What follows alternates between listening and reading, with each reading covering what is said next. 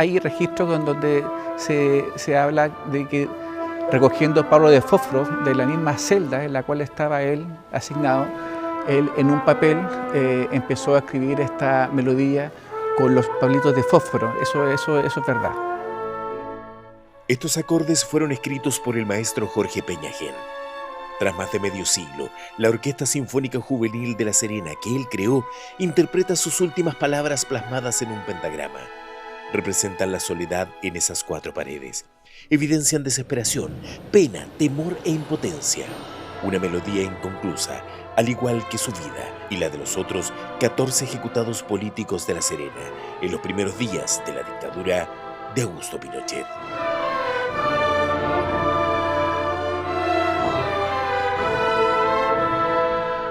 El 16 de octubre de 1973, la llamada Caravana de la Muerte que encabezó el general Sergio Arellano Stark pasó por esta ciudad del norte de Chile. Con el pretexto de realizar supuestos consejos de guerra, 15 hombres fueron sacados de sus calabozos en la cárcel de la ciudad para ser fusilados en el regimiento.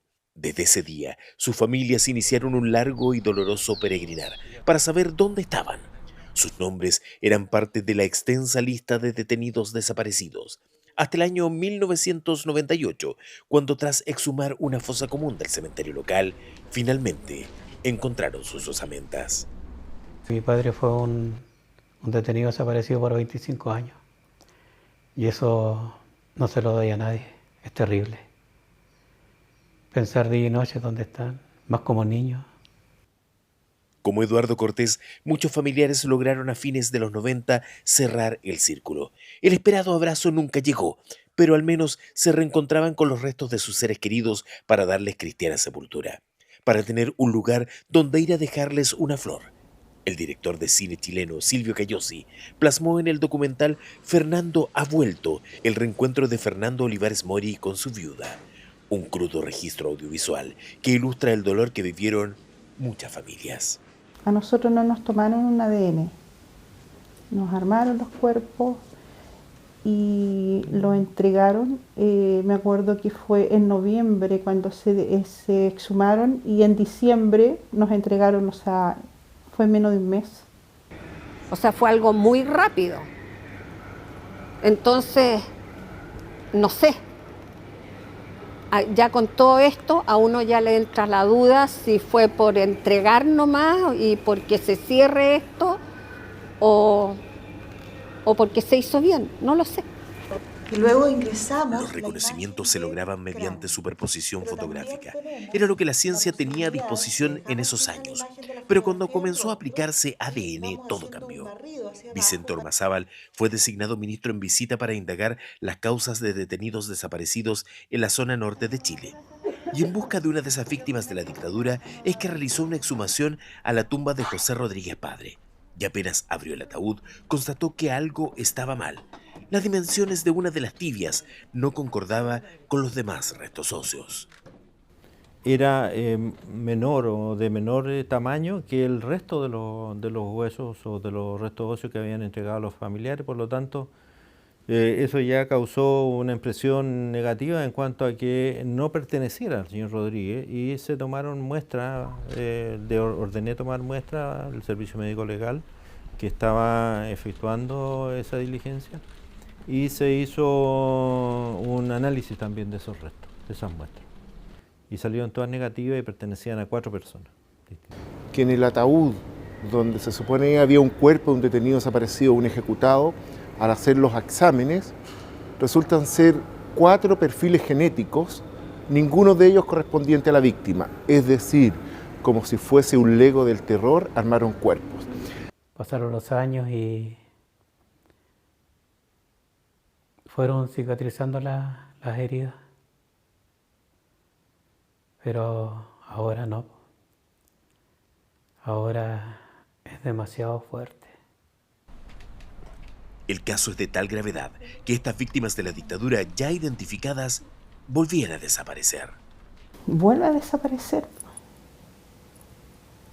Vuelven a desaparecer los 15. Una vez más no nos dejan cerrar la herida, una vez más, no sé, somos de segunda categoría, o somos qué tipo de personas, de que no nos dan derecho a tener un duelo como corresponde. Eduardo Cortés quedó atónito cuando le informaron que en unas cajas almacenadas en el servicio médico legal habían encontrado los pies de su padre. En esa bandeja del año 98, él tenía sus 2 pies. Siendo de que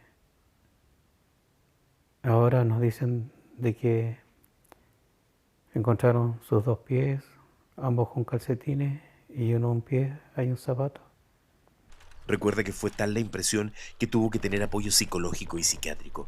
Las heridas ya cerradas volvían a sangrar, pero su generosidad y la de otras víctimas es más grande que la rabia o el dolor. Y tras reunirse con el nuevo ministro en visita designado para estas causas, Sergio Troncoso, autorizaron una nueva exhumación. Y ahora se trata de ser generoso, y si los pies que tiene mi padre en su ataúd son de alguna de las familias que están esperando encontrar algo de sus seres queridos, bienvenido sea. A 51 años del paso de la Caravana de la Muerte por La Serena, se iniciaba esta nueva exhumación. Lo primero fue retirar las piezas óseas que no correspondían.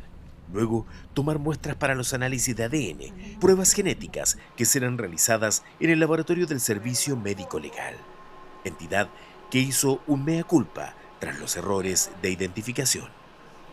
Por el error que nosotros cometimos, y somos los primeros en reconocerlo y también los primeros en buscar la fórmula de reparación que exista y de buscar nuevos puentes de confianza. Esos puentes de confianza no son automáticos. Tenemos que trabajar y demostrar que hoy día somos capaces de recuperar. Pero por cierto que sí, más allá de las intenciones, nosotros nos equivocamos y somos nosotros quienes estamos buscando el reparar este error que cometimos en aquellas identificaciones. Las viudas, hijos y hermanos vivieron en silencio y con resignación estas nuevas diligencias. No así las nuevas generaciones. Nos encontramos acá en esta exhumación para saber si son los cuerpos, si es ejecutado político o es un detenido desaparecido. Porque esto es lo que nos hicieron a nosotros los milicos. Esa fue su intención, volver a torturarnos otra vez. Acá ya no hay pena, no hay dolor, hay rabia. Más de 5 décadas esperando, 51 años en busca de esa tan esquiva verdad. Una historia dolorosa, una herida nuevamente abierta y que tal parece recién podría comenzar a cicatrizar. Existiendo ya condenas en estos casos, no habrá más justicia. Solo se podrá avanzar en verdad. Y nada de eso sería posible sin la generosidad de las víctimas. En lo que podemos avanzar es en verdad para otros casos, no para estas familias.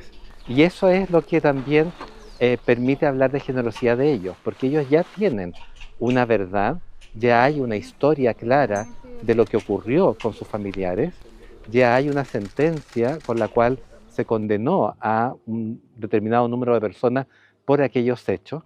Ellos no van a avanzar en verdad y justicia de lo que ya tenían antes de que se supieran los errores en identificación. Pero lo que ellos están permitiendo es que quizás otras familias consigan verdad y eventualmente justicia.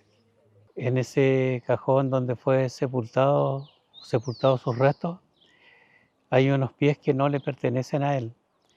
Y mi ruego a Dios es que esos pies puedan ser de algún detenido desaparecido y llevarle alegría a alguna familia.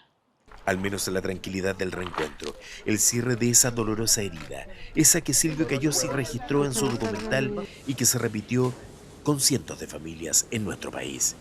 Y cuando entregan los cuerpos, y fue la misma forma que nos presentaron que siguió el cuerpo de mi padre. De la misma forma. Y me hizo mucho sentido en realidad el documental. Y tiempo después me enteré que no era Fernando. Y hoy pasa lo mismo con los 15 ejecutados políticos.